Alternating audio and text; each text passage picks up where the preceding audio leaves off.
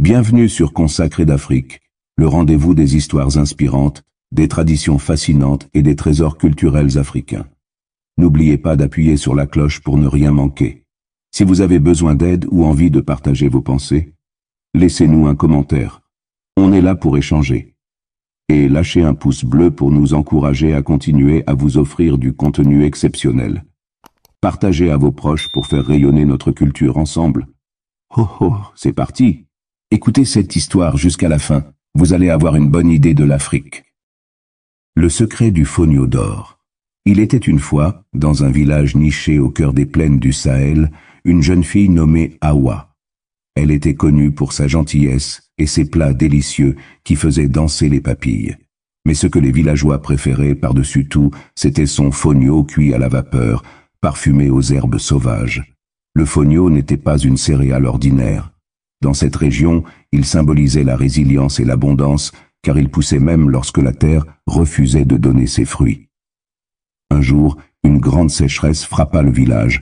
Les champs s'asséchèrent, les rivières disparurent, et les greniers se vidèrent.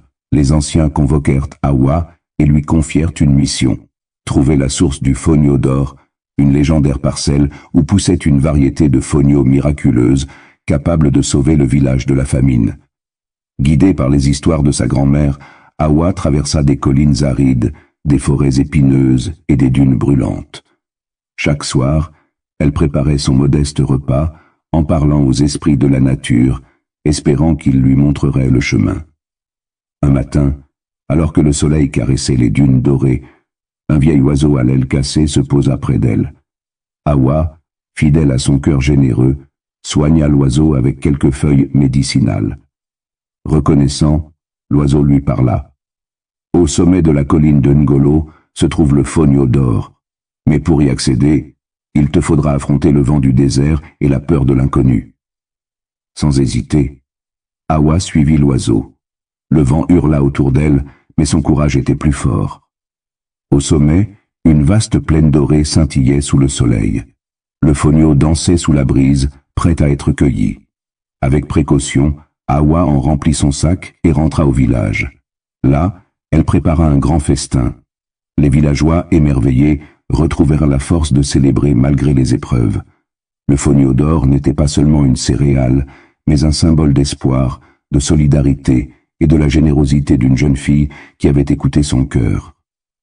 Depuis ce jour, chaque année, le village honore Hawa avec une fête dédiée au fonio. Cette graine précieuse qui porte la mémoire du courage et de l'abondance est bien plus qu'une céréale. Elle est la voix discrète des anciens chants qui murmurent encore des chants d'espoir. Sa résilience face à la sécheresse est une métaphore vivante de la force des peuples qui l'ont cultivée depuis des siècles. Chaque grain est une promesse, chaque récolte une victoire sur l'aridité des temps. Et pourtant, là où tout semblait perdu, le fonio surgit, invincible, comme une constellation dorée sous un ciel de défi. Il danse sous les étoiles, célébrant les mains audacieuses qui l'ont préservé. Avec le fonio, c'est la terre elle-même qui prend sa revanche, rappelant à l'humanité que le miracle de l'abondance commence toujours par une graine, si humble soit-elle. Ainsi, le fonio n'est pas seulement une graine, c'est une étincelle, une renaissance, une légende inscrite dans le sol et portée par le vent.